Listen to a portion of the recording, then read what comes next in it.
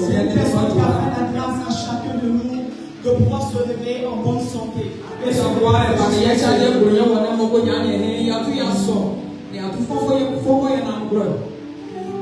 je veux que tu comprennes ce matin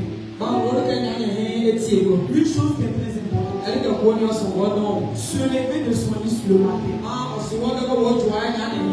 est une bénédiction. Est une bénédiction. Vous savez, un matin je me suis réveillé. C'était un mardi. Je devais venir à la réception. Quand je me suis réveillé, j'ai senti un mal au niveau de ma colonne. Et pendant que je me lavais, je faisais tout ce que j'avais à faire. Je me disais que ce mal allait passer. Mes frères et sœurs, le mal a commencé à s'empirer. Et je commence à ne plus sentir mon côté. J'étais seul dans la maison. Papa allait au travail. Les enfants sont à la maison. J'étais seul dans la maison. Et j'ai commencé à me parler. Mon côté commence à se parler. Je me sentais. J'avais une forte douleur au niveau de la hanche. Mais bien aimé, je n'ai pas payé un médecin. Je n'ai pas pris le téléphone pour appeler papa. Mais la personne qui a permis que nous nous rassemblons ce matin. Sur cette personne, je l'appelais. J'ai crié à lui. J'ai dit Seigneur, quand ton serviteur sortait de la maison, je vais bien content. Je ne vais pas l'appeler pour lui dire que je ne me porte pas bien. J'ai dit Seigneur, mes parents ne peuvent rien pour moi, même si je les appelle. Mais je te connais toi. Je sais que toi tu es le médecin persévérant. Amen. Je sais que toi tu as payé le prix à la croix. Tu es chargé de toute infirmité. Qui sont des incurables. Les médecins ne peuvent pas guérir. Qui ne peuvent pas soigner. Toi tu es capable de guérir. Tu es capable de guérir.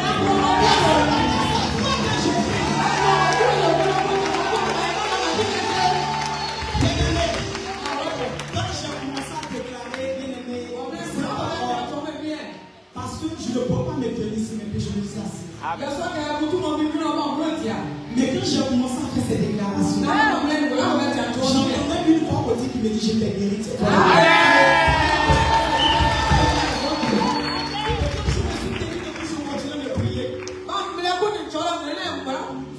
J'allais toujours mal. Mais pendant que je continue à glorifier le nom de son Dieu, sans ma honte naturellement.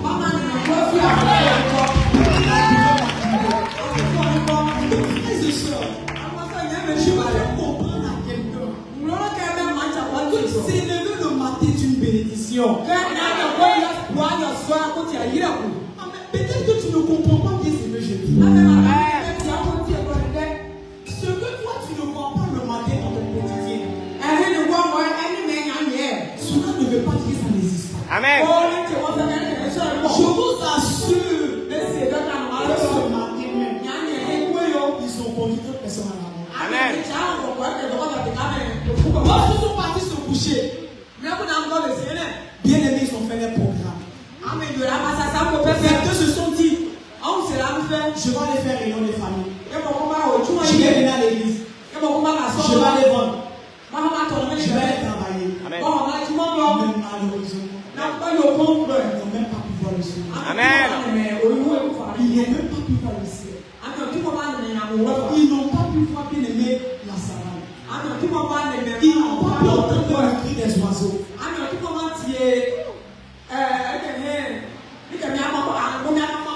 Même les moustiques que tu n'aimes pas qui te proclament.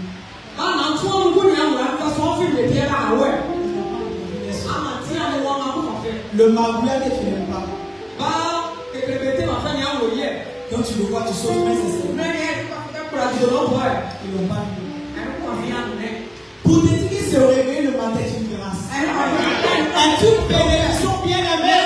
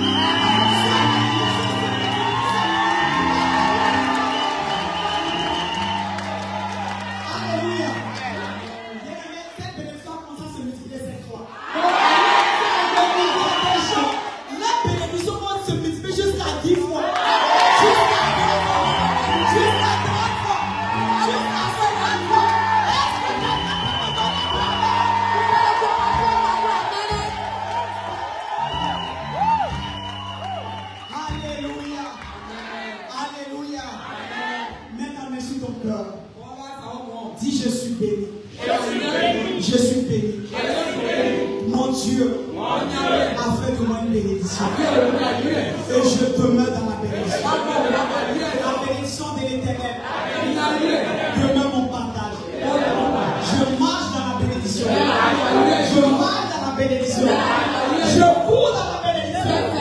Je cours dans la bénédiction. Alléluia. Alléluia. Bien-aimé, je vais te dire quelque chose. Tu sais, quand tu dis tu cours dans la bénédiction, c'est parce que la bénédiction te poursuit quand tu es au pied de courir. Est-ce que quelqu'un comprend quelque chose? Quand l'ennemi te poursuit, qu'est-ce que tu fais? Est-ce que quelqu'un peut me répondre? Qu'est-ce que tu fais? Tu cours. Mais ici, ce n'est pas l'ennemi qui te poursuit. Ce n'est pas l'adversaire qui te poursuit. Mais c'est la bénédiction de l'Éternel qui te poursuit. C'est la bénédiction qui te poursuit. La bénédiction de l'Éternel qui te poursuit. C'est la bénédiction qui te poursuit ce matin. Et tu ne peux pas t'arrêter. Lorsque tu marches, tu cours.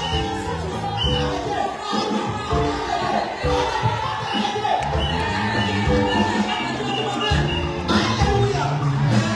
Alléluia. Bien-aimé, répète ces paroles après moi. Celui qui a décidé de m'arrêter,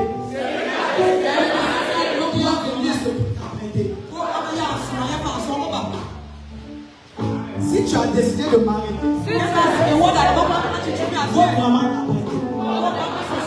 Parce que je suis prête. Parce que je suis prête. Et quand je dis que je suis prête, je suis vraiment prête. Mais prête. Parce que je suis arrêté sur quelque chose. Je suis arrêté sur une pierre angulaire. Je suis arrêté sur la pierre que les bâtisseurs ont rejetée. Mais qui est devenue la principale de l'homme. Qui est devenue la principale de l'homme. Il y a des maçons ici.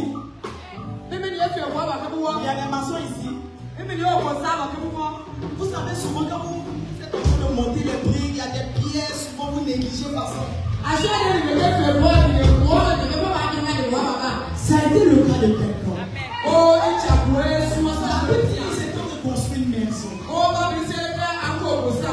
Ils ont vu une pierre. Ils ont mis à côté. On peut rien faire quand tu le lorsqu'ils ont fini de construire la maison, ils ont compris qu'il y avait quelque chose qui manquait. Et cette chose faisait que la maison n'était pas complète. Elle était une chose.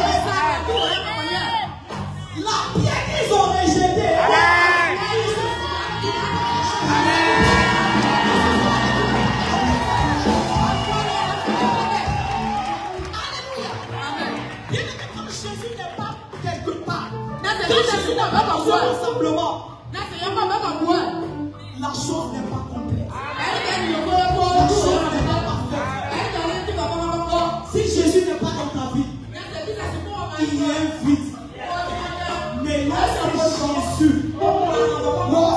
Jésus, le lion de la tribu de Juda, le roi des rois, le prince des peuples, la lumière, l'étoile brillante du matin, lorsque le roi dans ton amour, lorsque le roi dans ton amour, lorsque il a assuré, lorsque il a assuré,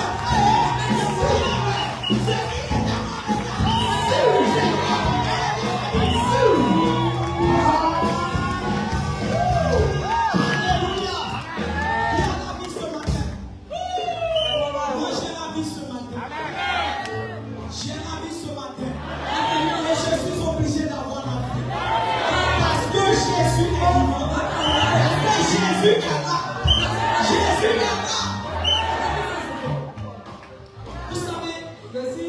la Bible nous parle de la veuve de Naïm. Elle s'est pas un seul fils. Il y a une veuve. Il y a une seule fois. Mais quand vous bien-aimé, elle vient encore de perdre ce dernier fils, bien-aimé, l'unique fils que lui. Et cette veuve était inconsolable. On ne peut rien faire pour elle. Les gens sont près d'elle. Ils la consolaient. Ça va aller. Mais elle était inconsolable. Malgré tout ce que les gens disaient, une belle parole.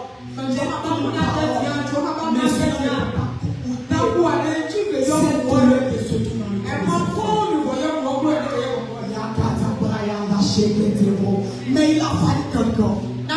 Il a fallu quelqu'un. Il a fallu quelqu'un bien-aimé. Il a fallu quelqu'un bien-aimé. La vie de Naïm n'était pas sur sa destination. Le cri de cette femme n'est pas venu jusqu'à lui. Et lorsqu'il est rentré dans la vie, il a croisé le protège de la mort. Alléluia. Et cette femme qui était inconsolable, la Bible déclare bien-aimé que Jésus lui a redonné son fils.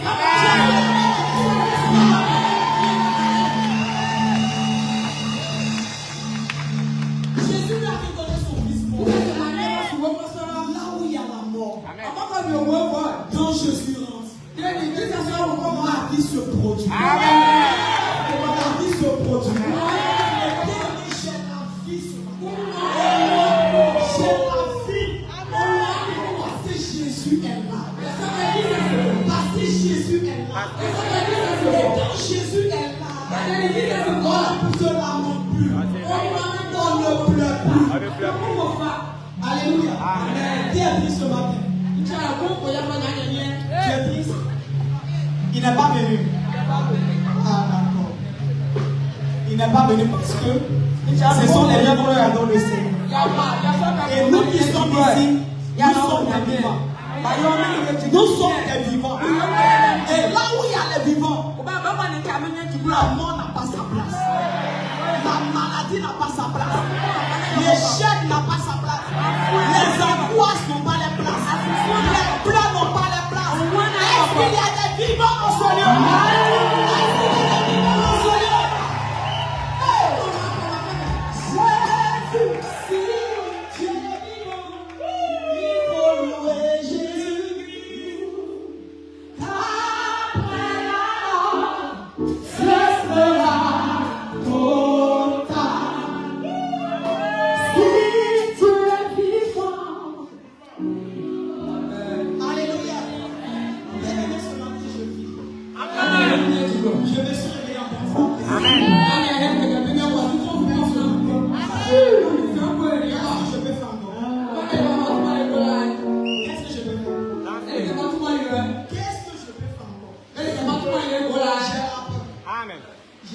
Amen. J'ai des besoins. Amen. Parce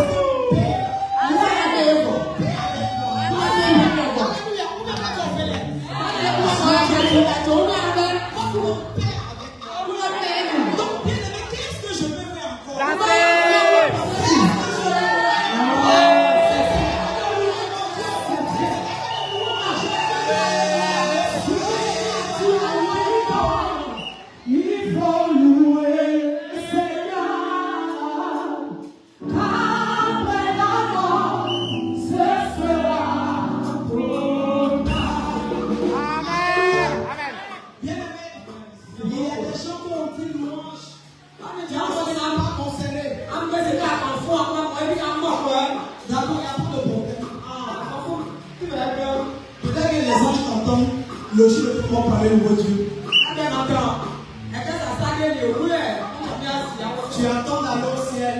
Là, ce jour-là, les anges vont t'aider à louer le Seigneur.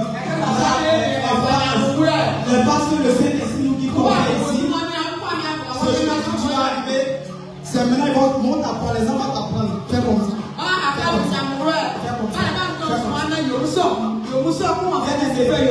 Nous, les hommes, sont déjà appris. Amen. Quand on fait comme ça, le Saint-Esprit, donc qui va aller au ciel? Alléluia. Qui va attendre d'aller au ciel avant de louer? Il n'est pas venu. Si tu es vivant, il faut louer le Seigneur.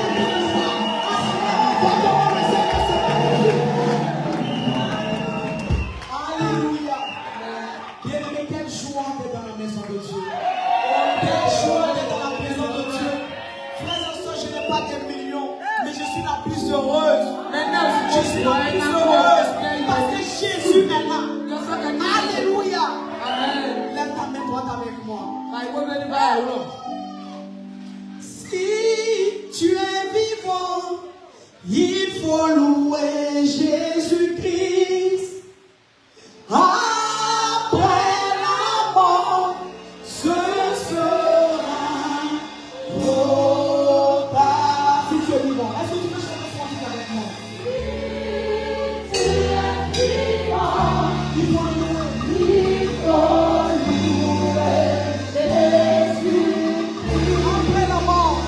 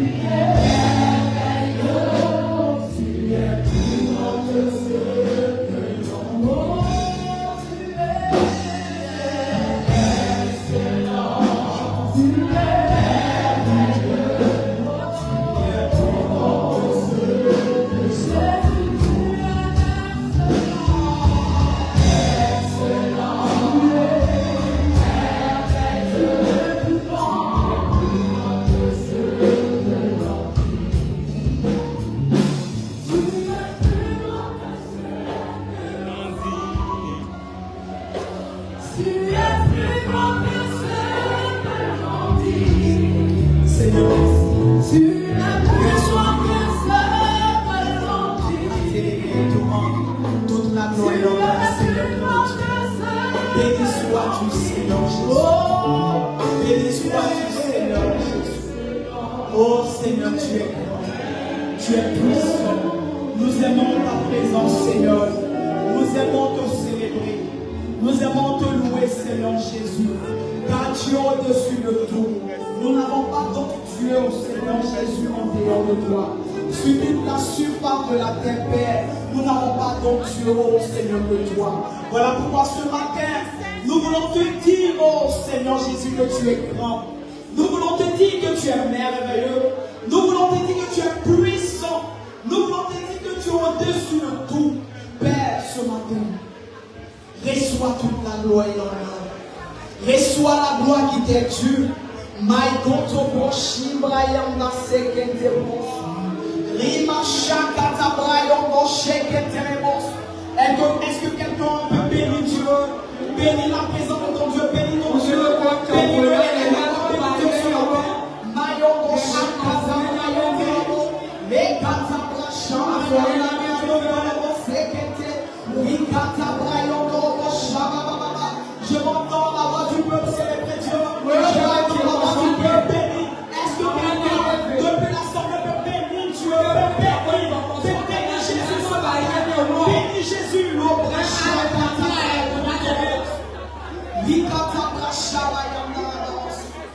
Les contobochés qui étaient aussi tabayoboché. Mayandarabashi katabayoboché. Masakata. Merci Seigneur Jésus. Béni sois-tu, Père, que toute la gloire et l'honneur te soit rendue. Dans le nom de... Est-ce que tu peux acclamer le Seigneur? Acclame puissamment le Seigneur.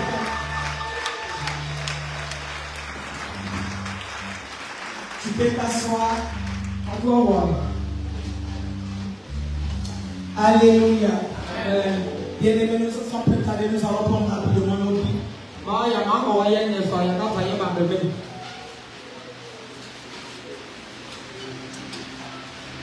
Nous allons prendre nos Bibles dans le livre de Jean, le chapitre 2. À partir du verset 23 jusqu'au verset 24.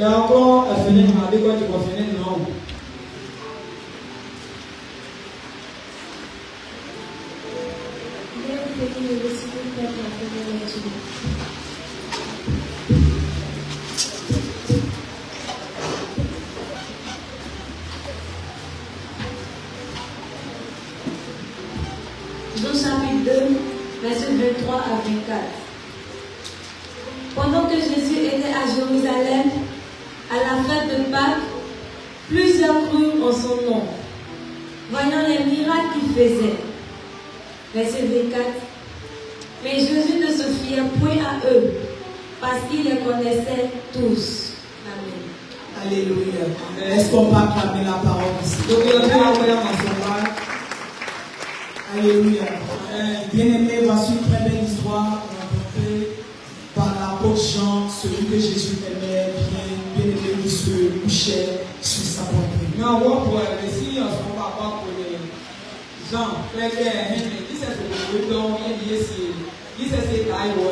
Et c'est l'histoire du début du ministère de Jésus. Cette histoire, bien-aimée, cette histoire qu'ils ont bien aimé s'est produite à Jérusalem. À une fête de la Pâque.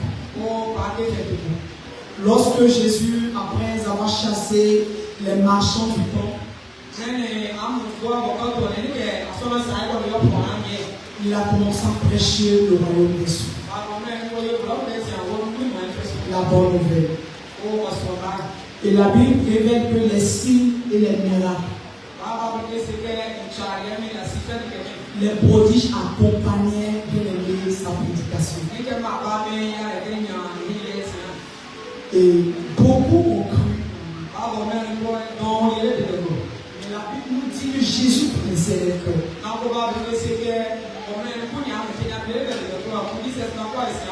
Alors il ne se fiait pas. Ce matin, nous allons parler de la conversion. Touche quelqu'un, dis-lui la conversion. Frères et sœurs, la conversion est une chose qui est très importante dans la vie du croyant. Et lorsque nous parlons de conversion, nous parlons d'une action de changer une chose en une autre. Un changement de croyance. Alléluia. La conversion est très importante dans la vie du croyant.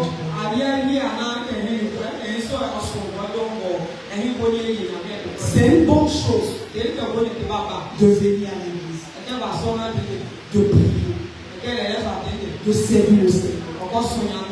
Mais si nous faisons toutes ces choses sans qu'il y ait la conversion dans notre vie, bien aimé, tout cela ne sera pas efficace. Parce que la conversion, peu importe le fait de venir à l'église, bien aimé, mais la conversion doit se produire dans ta vie. Il faut qu'il y ait une conversion dans ta vie. Parce que s'il n'y a pas de conversion, tout ce que nous allons faire dans la maison de Dieu, bien aimé, ne sera pas efficace. Cela ne produit pas. Parce que bien aimé, tu vas faire toutes ces choses. Mais au dernier moment, il risque de te dire qu'il ne va pas tenir. Et tu ne pourras même pas bien les faire. Tu ne pourras pas bien les faire. Il y a une chose que nous devons comprendre. La conversion ne commence pas par une déclaration. Parce que quand nous lisons ce passage ici, la Bible nous dit que lorsqu'ils ont entendu parler de lui, ils ont vu les miracles, les prodiges qu'ils faisaient, ils ont cru en lui. On va lire un autre passage, Jean 7, le verset 31. Jean 7, le verset 31.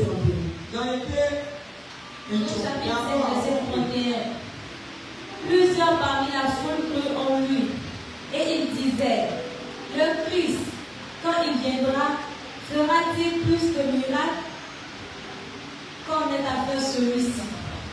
Alléluia. Il y a des personnes qui ont vu bien aimé les miracles que Jésus faisait.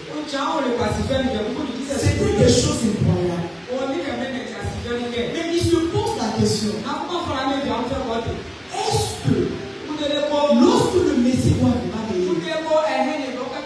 est-ce qu'il ne va pas faire plus de miracles que celui-ci? Celui-ci en question, quand il passe, c'est de Jésus. Bien aimé, il parlait de Jésus. Donc c'est qui veut dire qu'ils ont cru en lui, mais pas comme c'est Jésus. Ici, ces personnes bien aimées qui ont cru en lui, ils ont cru en lui en tant qu'un grand prophète, mais pas en tant que le Messie. Ça veut cru en lui en tant que le Messie. Ils n'allaient pas dans ce point pour dire que lorsque le Messie va venir, est-ce qu'il ne va pas faire plus de miracles que celui-ci?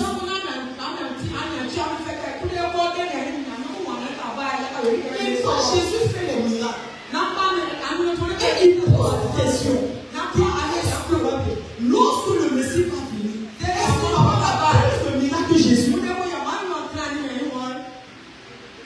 comme nous voyons aujourd'hui, il y a des gens qui croient en Dieu. Il y a des personnes qui croient en Jésus comme le Fils de Dieu. Il y a des personnes qui sont même du Galédon. Et qui vont te dire Jésus est le Fils du Dieu. Mais il y a une chose que vous devez comprendre. La conversion commence par une décision. La conversion ne commence pas par une déclaration. La conversion ne commence pas par une affirmation.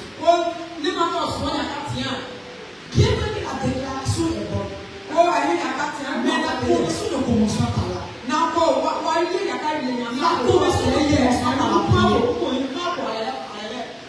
La conversion ne commence pas par le jeûne. Mais la conversion commence par une décision. Dites dans le verset 16.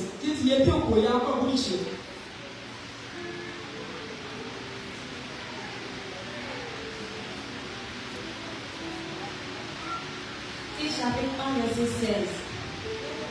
Ils font profession de connaître Dieu, mais ils le renient par leurs œuvres étant abominables. Ils font profession de connaître Dieu, mais ils le renient par les œuvres. Faire profession, bien aimé, c'est affirmer, c'est déclarer. La conversion ne commence pas par la déclaration. Ça ne commence pas par la déclaration. Mais la conversion commence par une décision. On va prêcher la bonne nouvelle du royaume. En Jésus, qu'il est le Fils du Dieu. Qu'il est Dieu. Tu prends maintenant une décision pour lui donner ta vie. Pour lui donner ta vie, pour l'accepter comme ton sauveur personnel. Aujourd'hui, dans nos églises, je suis chrétien. Je suis chrétien. Mais les œuvres qu'il manifeste démontrent le contraire. Tu n'as pas besoin de crier sur tous les points que tu es chrétien. Quand tu es converti, tes œuvres le démontrent. Tes œuvres démontrent ta conversion. Quand tu prends la décision, l'engagement de marcher avec Jésus, de lui donner ta vie, toutes tes œuvres, tout ce que tu fais, démontre ta croyance. De personnalité. Il y a un changement d'attitude. Il y a un changement de comportement. Et il y a un changement au niveau même des œuvres que nous manifestons. Il y a un changement. Sinon, ce n'est pas la déclaration. Déclarer je suis chrétien.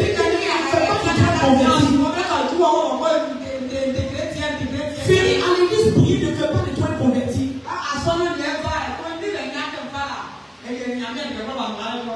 Jeûner ne fait pas de toi converti.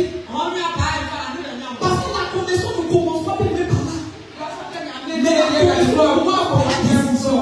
Quand tu crois en Jésus, prends maintenant une décision de lui offrir ta vie.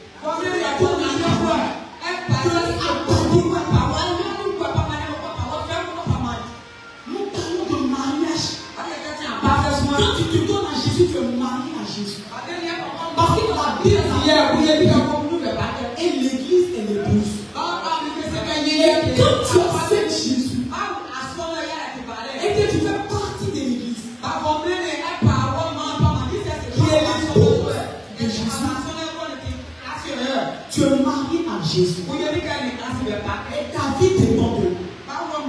Voyons un peu le cas du mariage.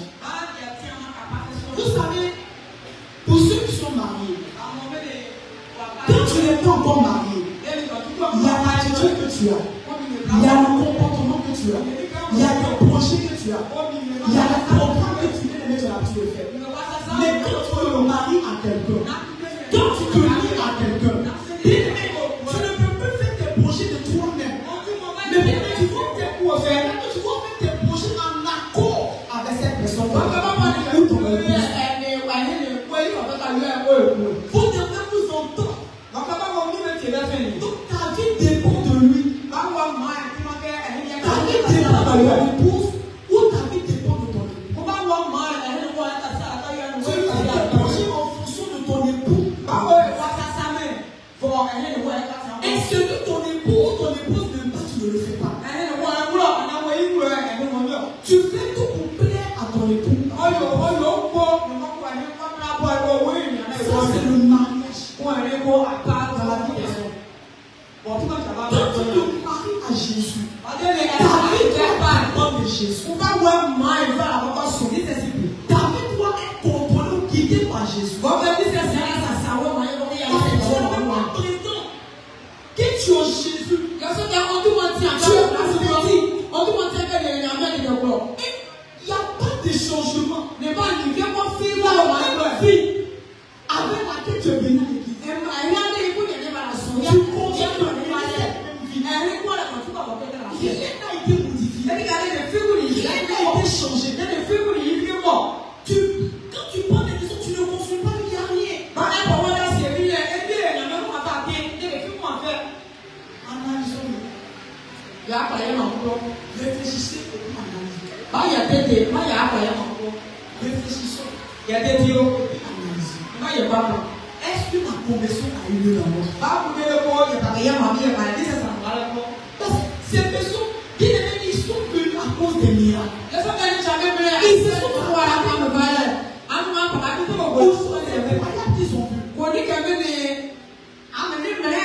le premier passage de Jean 3.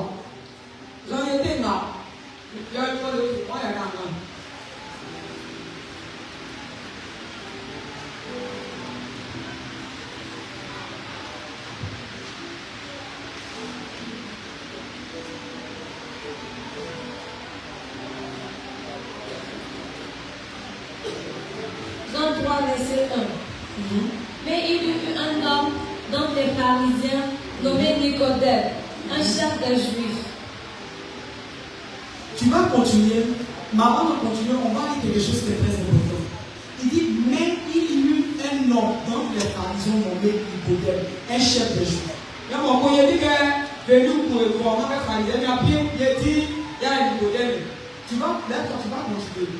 Je veux vous amener, je vais même attirer votre attention sur quelque chose. Vous savez, même quand tu n'es pas allé loin à l'école, je sais que une phrase ne commence pas par mais.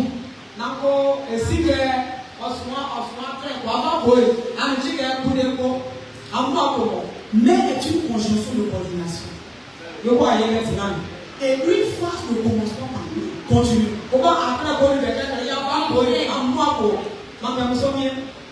Il vint, lui, auprès de Jésus, de nuit, et lui dit, Rabbi, nous savons que tu es un docteur venu de Dieu, car personne ne peut faire ces miracles que tu fais. Nous savons que tu es un docteur venu de Dieu. Parce que personne ne peut faire ces miracles s'il ne soit venu de Dieu.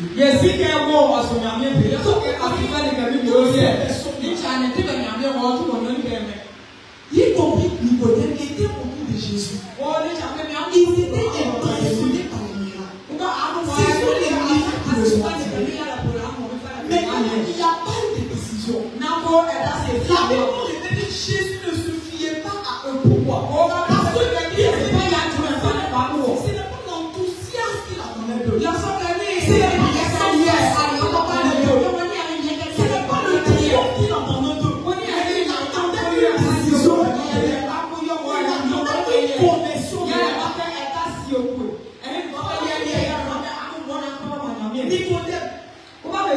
Nicodème, en Dieu d'être impressionné. En Dieu d'être impressionné. Parce qu'il entendait. Il va venir vers Jésus. Parce qu'il est curieux. Il désire connaître davantage. Ici, Nicodème ne s'est pas limité au miracle. Il ne s'est pas limité aux choses incroyables qu'il a vues. Il était impressionné. Il désirait connaître. Que personne ne peut faire ces choses s'il ne soit venu de Dieu. Donc il sait que Jésus est venu de Dieu. Mais il veut connaître ce Jésus-là. Continue. Si Dieu est avec lui, Jésus lui répondit, en vérité, je te le dis, si un homme ne naît de nouveau, il ne peut voir le royaume de Dieu. Il dit si un homme ne naît d'eau, en vérité, Jésus lui a répondu, en vérité, je te le dis, si un homme ne naît de nouveau. Il veut voir le royaume de Dieu. Moi, je me pose une question. La réponse de Nicodème, à quoi avoir avec la réponse de Jésus? Il dit, Rabbi, moi je sais que tu viens de Dieu. C'est pour cette raison que tu fais tous ces prodiges. Et Jésus lui répond, il non me naît de nouveau. Il ne peut pas avoir des cieux. La question de Nicodème, c'est que Nicodème a dit à quoi avoir. On voit bien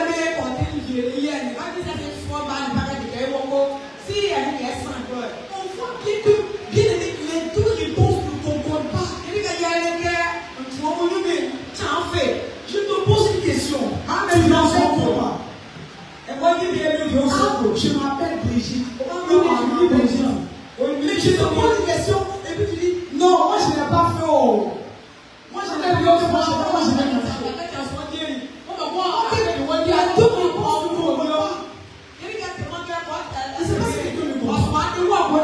Si tu as entendu en fait,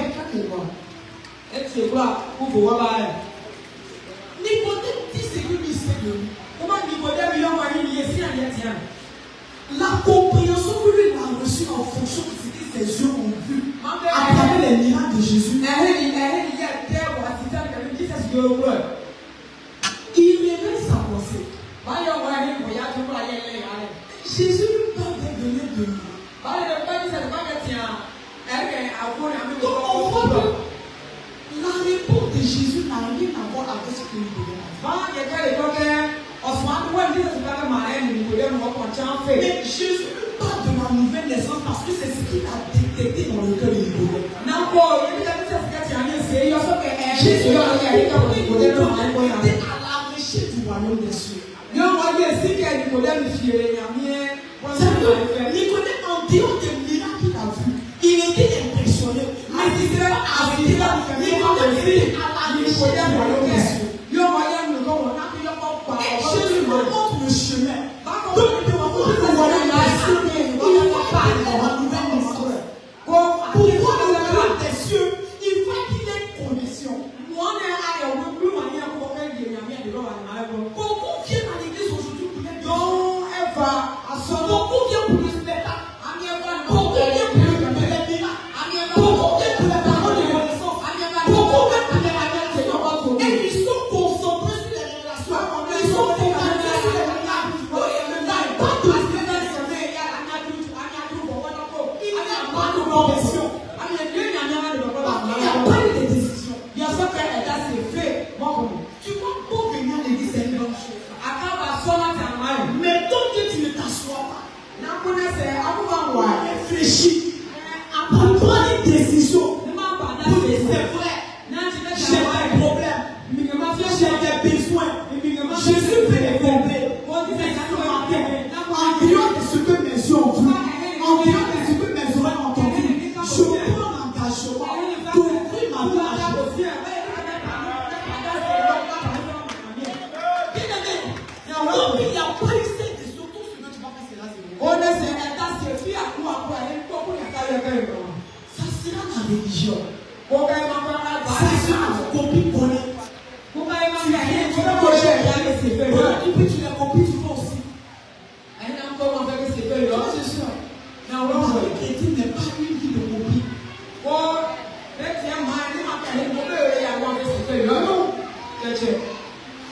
Ce qui doit sortir de toi doit être spontané. Doit être bien aimé. Doit être véridique. Doit être naturel. Ou lorsque tu parles bien aimé à quelqu'un, tu n'as pas besoin de lui dire je suis chrétien. Il sait que tu es déjà chrétien.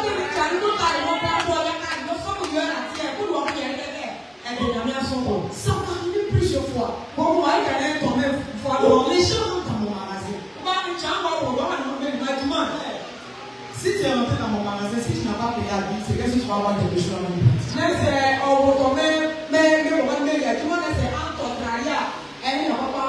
c'est vrai.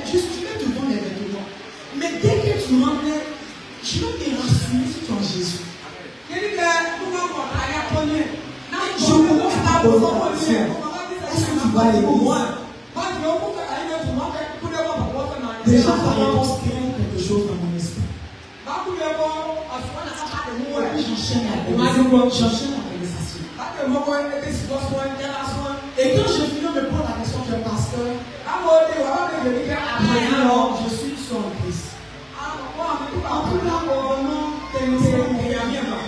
Que le Seigneur te bénisse, te dit Amen, et puis je l'envoie les gens pour être au Seigneur. Mais qu'est-ce que je lui ai dit pour qu'elle puisse me laisser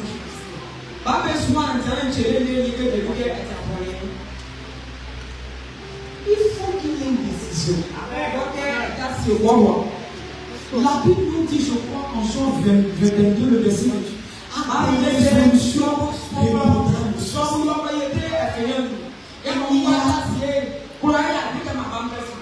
Il y a deux choses, deux éléments par lesquels on reconnaît que nous sommes convertis.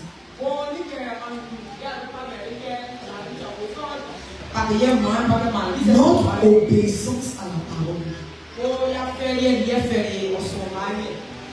Par ton obéissance à la parole de Dieu, tu peux savoir que tu es converti. Parce que quand la connaissance se produit dans ta vie, et que le Saint-Esprit vient dans ta vie, tu ne luttes plus pour obéir à la parole. Le mercredi, non, papa parlait de ça. Tu ne luttes plus pour faire qu'il ne peut faire beaucoup de choses. Mais tu le fais naturellement. Tu ne copies pas. Parce que quand tu veux copier les gens, on dit à l'église évangélique, quand tu viens, quand tu veux, après, et puis il faut faire comme ça.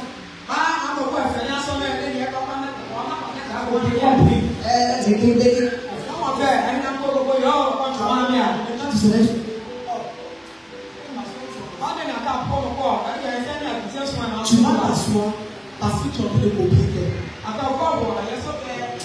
Mais quand c'est naturel, quand c'est poussé, quand le Saint-Esprit te guide, quand il te pousse, tu ne fais pas ton foi dans la méditation, tu ne fais pas ton foi pour payer la parole. Vous voyez, aujourd'hui, quand on parle de péché, il y a des gens qui pensent que le péché nous cesse. Mais le mensonge, et les critiques, les calomnies. Frères et sœurs, s'il y a un péché aujourd'hui dans lequel les péchés sont plongés, les chrétiens sont plongés, qui n'arrivent même pas à se défaire, il ne faut pas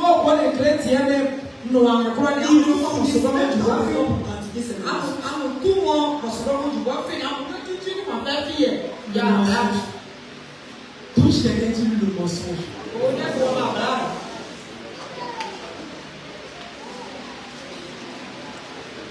Alléluia.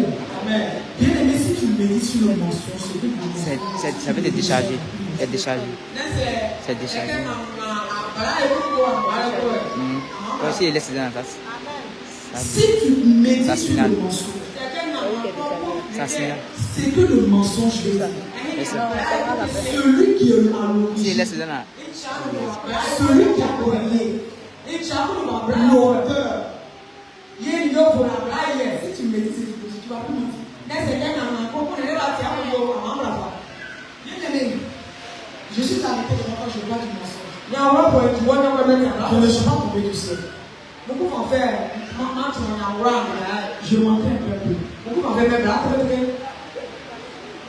Quand je me suis converti, un jour dans mes méditations, je suis tombé sur le verset qui dit Satan est le père du mensonge.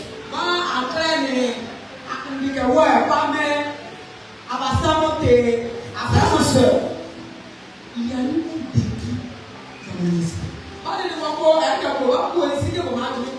J'ai dit, mais si Satan est le père du mensonge, comment je mens un peu? Je suis qui? Donnez le miroir que vite pour me donner une réponse.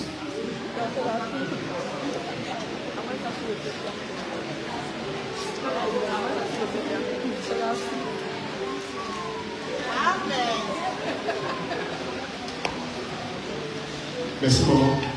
Vous êtes sa fille.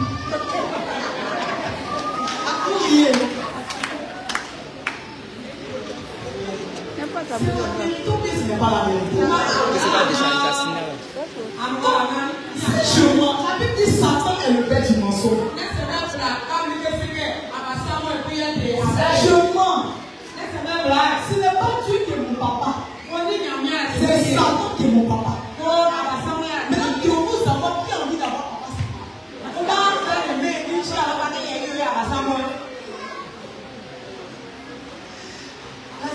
Ça fait une semaine.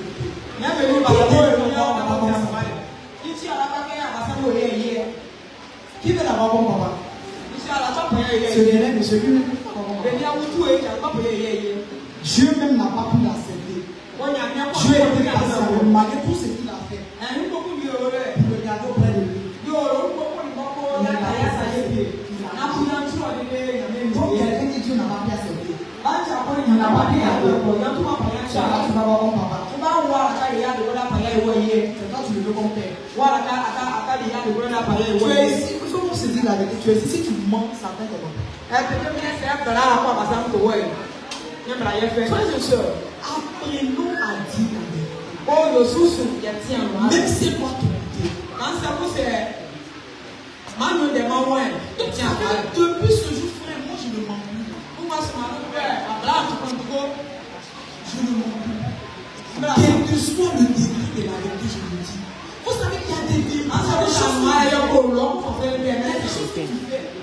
Quand tu veux, vous savez, parler de ça, tu as peur. Mais lorsque tu dis la vérité, la personne est désarmée. La vérité que tu dis, tu désarmes la personne. Mais on veut cacher. De la même manière, on cache notre vie à Jésus. De la même manière, on cache notre vie bien aimée. On fait des choses bien aimées. C'est de cette même manière on veut cacher bien aimé. On veut cacher les choses bien aimées.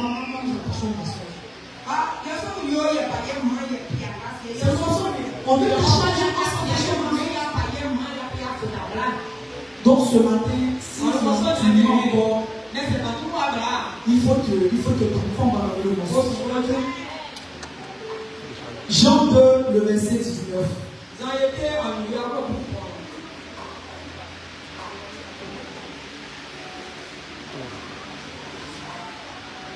chapitre 2, verset 19. Jésus leur répondit, détruisez ce temple et en 3 jours, je le relèverai. Non, excusez. Jacques 2, verset 19.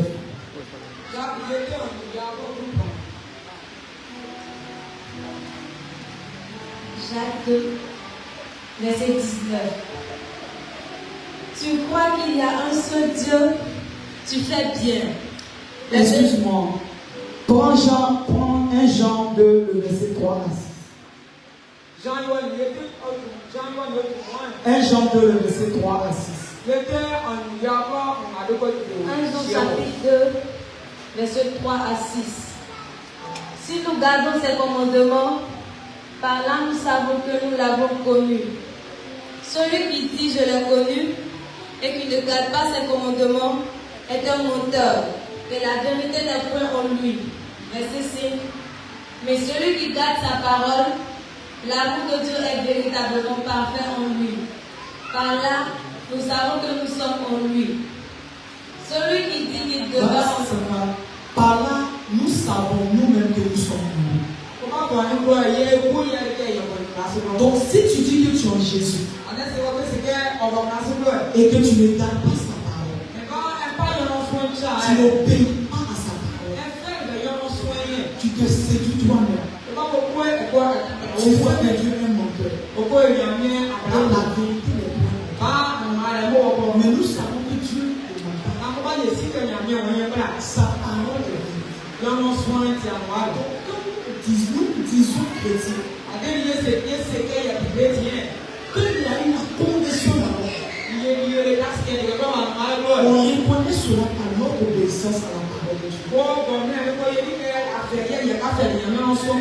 si tu as des difficultés à obéir à la parole de Dieu, c'est qu'il n'a pas encore eu de bénédiction. Mais il faut que la conversion se produise. Quand la conversion se produit dans ta vie, et que tu pratiques la parole de Dieu, tes sources sont parfaites. Parce que nous comprenons, on ne prie pas bien aimé pour être converti. On ne prie pas pour avoir le royaume des cieux. On ne gêne pas pour avoir le royaume des cieux. On ne gêne pas pour être sauvé. On ne prie pas pour être sauvé. Mais c'est lorsqu'on est sauvé qu'on commence à prier, à jeûner, à méditer la parole de Dieu. Qu'elle nous enracine, qu'elle nous préserve, pour prétenir la présence du Seigneur, pour résister au péché, pour résister aux œuvres de la chair. On ne prie pas même pour avoir le salut. On ne gêne pas pour avoir le salut. Mais c'est lorsqu'on a le salut qu'on fait ces choses. C'est quand tu as le salut que tu médites, tu pries, tu cherches. Sinon la prière ne donne pas le salut. Les souffrances ne donnent pas le salut. Nous sommes sauvés pour accomplir les bonnes choses. Donc si tu as compris, vous devez comprendre la prière, le jeûne, bien aimé, les offrandes, l'évangélisation, la prédication, servir le Seigneur, ce sont des bonnes choses. Mais nous sommes sauvés pour les pratiquer. Et quand la conversion s'est produite dans ta vie, quand il y a eu la conversion que tu commences à faire cela, tes œuvres sont parfaites.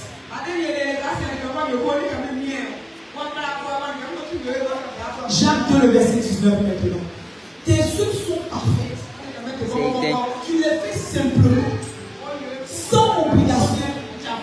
Tu le fais naturellement. Continue. Jacques 2, 19. Il dit, tu crois qu'il y a un seul Dieu, tu fais bien les demandes le croire aussi. Donc quand tu crois que Jésus est Seigneur, ça ne suffit pas. Parce que les démons aussi croient que Jésus est Dieu. Mais tes œuvres doivent démontrer ta croyance. Ton obéissance à la parole de Dieu doit démontrer ta croyance. Ton obéissance à la parole de Dieu doit révéler ta conversion.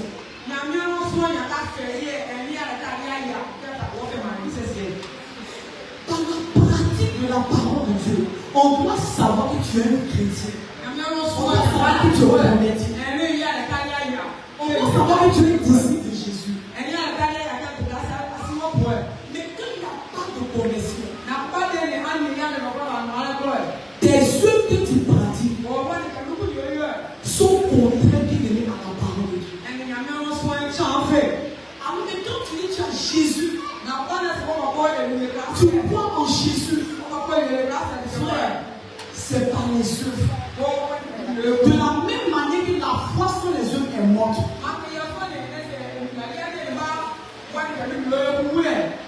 Donc, quand tu crois en Jésus, tes œuvres doivent démontrer ta croyance. Ton obéissance à la parole de Dieu doit démontrer ta croyance. Lorsqu'on reconnaît qu'une personne qui est convertie par sa dépendance du Saint-Esprit,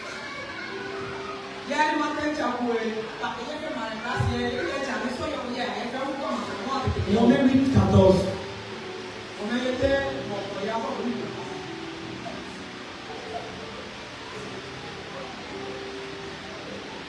Romains chapitre 8, verset 14. Car tous ceux qui sont conduits par l'Esprit de Dieu sont fils de Dieu. Tous ceux qui sont conduits par l'Esprit de Dieu sont fils de Dieu. Par ta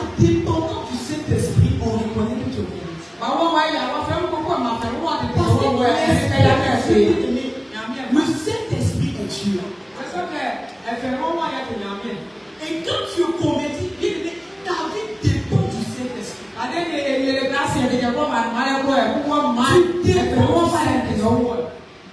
Tu ne fais rien en dehors du Saint-Esprit.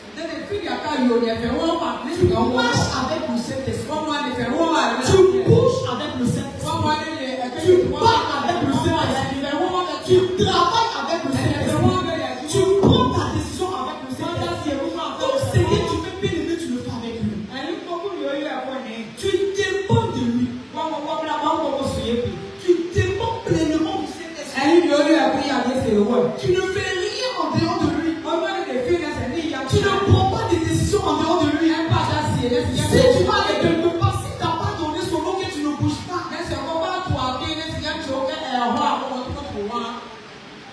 De la même manière, bien aimé, les drogués dépendent de la drogue. Tu dois dépendre du Saint-Esprit.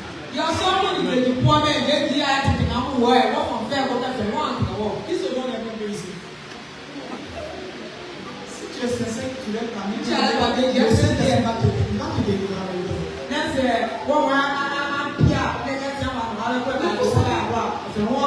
Ceux qui prient pour consommer la drogue, quand ils ne prient pas la drogue, ils sont faibles, ils sont bizarres. Comme si on est qui veut mourir. Bien aimé. Et lorsqu'il reçoit la dose, il est calme. Nous devons dépendre de cet esprit. Il dit ceux qui sont conduits par l'esprit sont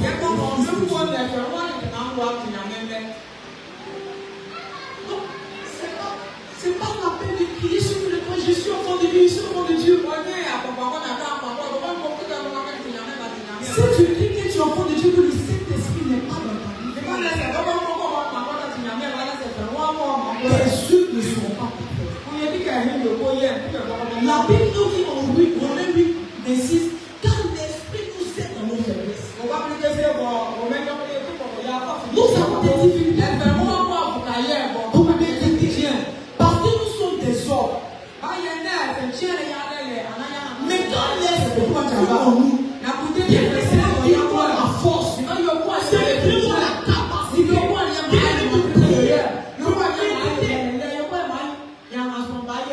D'obéir à la parole de Dieu. Quand la formation ne fait pas produit dans ta vie, tu n'es plus à la parole de Dieu. Le Saint-Esprit n'est pas dans ta vie. Parce que quand tu acceptes Jésus, le Saint-Esprit vient. Quand tu prends la décision de confier ta vie à Jésus, sa parole, que le Saint-Esprit vient sur toi. Mais quand il n'y a pas eu de décision, le Saint-Esprit ne peut pas venir. S'il n'y a pas de décision, le Saint-Esprit ne peut pas venir. Mais quand il y a une décision, et que la commission se produit, c'est par le Saint-Esprit même que la commission se produit. Et c'est lui qui nous donne la force d'accomplir les bonnes œuvres. Et quand le Saint-Esprit te guide, bien aimé, dans tout ce que tu fais, tes œuvres sont parfaites. Tes œuvres sont parfaites. Même quand tu confesses que tu confesses Jésus, c'est spontané, c'est naturel, c'est poussé. La Bible dit c'est poussé par l'esprit que les hommes ont parlé de Dieu. Tu ne seras même pas capable. Oui, quand je dis tu ne finis pas les forces, ça choque certaines personnes, mais c'est la vérité. C'est la vérité. Tout ce que nous faisons, c'est le Saint-Esprit qui nous donne. C'est lui qui nous donne la capacité de le faire. Et quand tu n'as pas le Saint-Esprit, la vie chrétienne devient chaude. Tu copies. Il y a des choses dont tu n'arrives pas à copier. finiras par t'asseoir. Tu finiras par t'asseoir. Recherchons la conversion dans notre vie. Nous faisons bien de venir à l'église tous les dimanches. Venez écouter la parole de Dieu.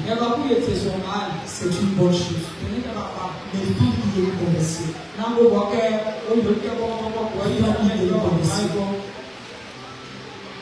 Et la conversion ne commence pas par une déclaration. Mais elle commence par une décision. Et quand la décision est prise, le Saint-Esprit a été le pas. Et c'est lui qui te donne la capacité, le pouvoir. Jésus a dit, voici, je vous donne le pouvoir pour marcher sur les serpents et sur toute la puissance de l'ennemi. Et rien ne pourra nous nuire. Il faut qu'il y ait la conversion. On fait les choses naturellement.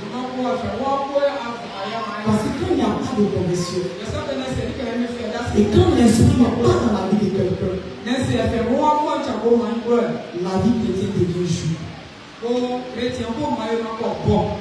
Elle devient joue. La vie chrétienne devient fardeau. Et tu as des difficultés pour te sanctifier. Tu as des difficultés bien aimées pour prier. Tout ce que tu dois faire, tu as des difficultés. Même pour venir à l'église, tu as des difficultés. Tu as des difficultés pour servir Dieu. Tout ce qui concerne les bonnes œuvres que nous devons faire, toi tu as des difficultés. Parce que celui qui doit te donner la force, la capacité, là où tu es limité, là où tu es faible, celui qui doit te donner la force, le pouvoir pour que tes œuvres soient parfaites, il n'est pas là. Recherchons la conversion. Que le Seigneur nous bénisse.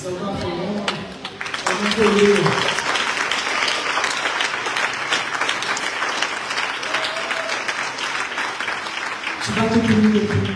Et tu vas prier le Seigneur. Je vais donner ce sujet de prière. Et si tu t'es senti concerné par ce message, si tu as analysé ta vie et que tu t'es rendu compte que depuis que tu viens à l'église, tout ce que j'ai dit au niveau de la parole, de l'esprit, tu t'es rendu compte que la conversion n'a pas eu lieu. Et elle va commencer à prier le Seigneur. Commence à prier le Seigneur pour qu'il te fasse la grâce. Tu es déjà là. De la même manière, Nicodème est auprès de Jésus. Malgré ses raisonnements humains, malgré les raisonnements humains qu'il avait, mais Jésus l'a fait la grâce de comprendre le royaume des cieux. Il doit faire partie. Alors ce matin, tu fais bien d'être là. Mais prie pour qu'il te fasse la grâce. Prie pour que le Seigneur te fasse la grâce. On fait que tes œuvres soient parfaites. Prie pour qu'il te fasse la grâce.